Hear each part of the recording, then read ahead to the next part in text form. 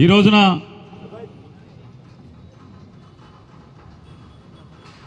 రాజకీయ అవసరాల కోసం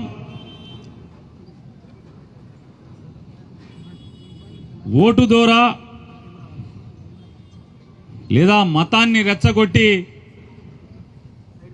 తద్వారా ఓటు అనే ఒక ఆయుధంతో రాజ్యాధికారాన్ని సుస్థిరం చేసుకోవడం కోసం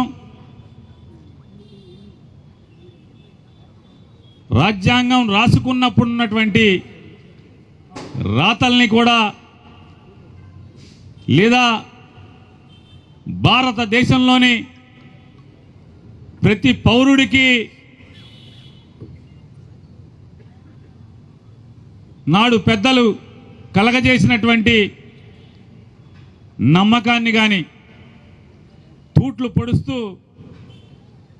ప్రజలిచ్చిన అధికారం మాటున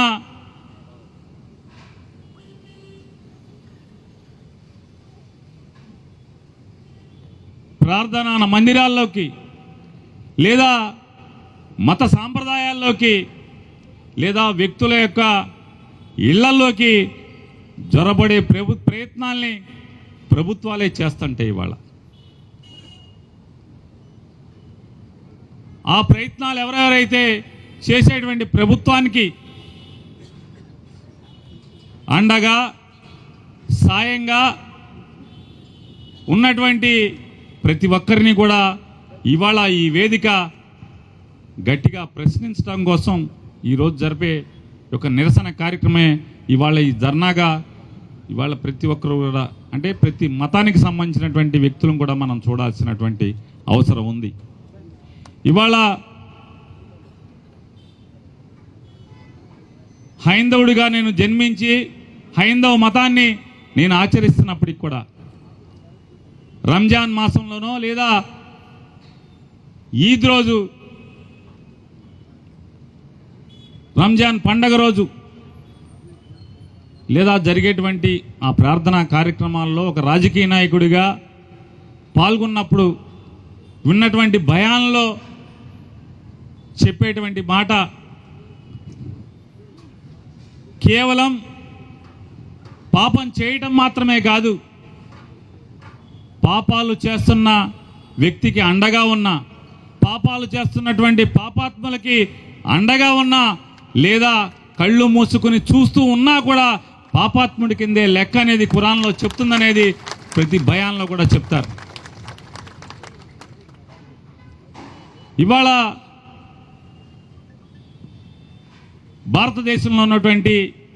అనేక భిన్న మతాల సంస్కృతిలో దేవుణ్ణి కొలిచే మతం ఏదైనా లేదా మనం నమ్ముకునేటువంటి దేవుడు ఎవరైనా కానీ భారతదేశంలో దశాబ్దాలుగా అన్ని మతాల వారు అన్నదమ్ముల వలె కలిసి బతుకుతున్నటువంటి ఈ దేశంలో ఇవాళ మతం పేరుతో కులం పేరుతో రెచ్చగొట్టి రాజకీయాలు పబ్బం గడుపుకోవాలి, అధికారాన్ని సుస్థిరం చేసుకోవాలి అంటే బ్రతికున్నంతకాలం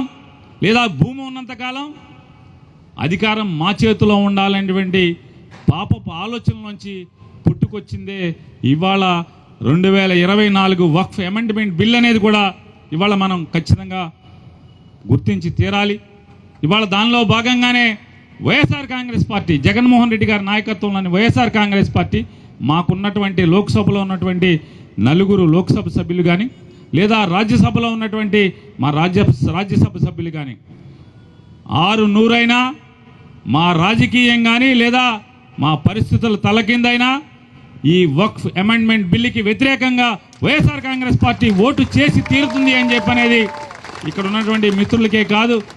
భారతదేశంలోని ప్రతి మహమ్మదీ సోదరుడికి కూడా మా విజ్ఞప్తిగా మా మాటగా తెలియజేస్తూ ఇంకా అనేక మంది పెద్దలు ఉన్నారు కాబట్టి ఇక్కడితో నాకు ఈ అవకాశం వైఎస్ఆర్ కాంగ్రెస్ పార్టీ తరపున మా ఈ 2 మాటలు మాట్లాడే అవకాశాన్ని కల్పించినటువంటి ముస్లిం లా బోర్డు వారికి పెద్దలకి అందరికీ కూడా కృతజ్ఞతలు తెలియజేసుకుంటూ ఖచ్చితంగా భారతదేశాన్ని ఇవాళ కూటమిగా ఎన్డీగా ఏలుతున్నటువంటి పెద్దలు